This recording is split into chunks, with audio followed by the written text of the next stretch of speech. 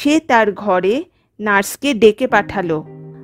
আমি এখন পুরোপুরি সুস্থ, কিন্তু আমি একটা বিষয় নিয়ে খুবই চিন্তিত। এখন আমাকে হসপিটালের বিল পেমেন্ট করতে হবে, কিন্তু আমার মনে হয় আমার কাছে এত টাকা নেই।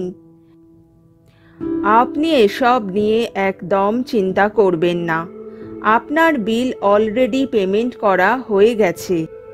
কি? কিন্তু কে পেমেন্ট করলো? সেটা আপনি নিজেই দেখে নিন। মেয়েটি অবাক হয়ে গেল।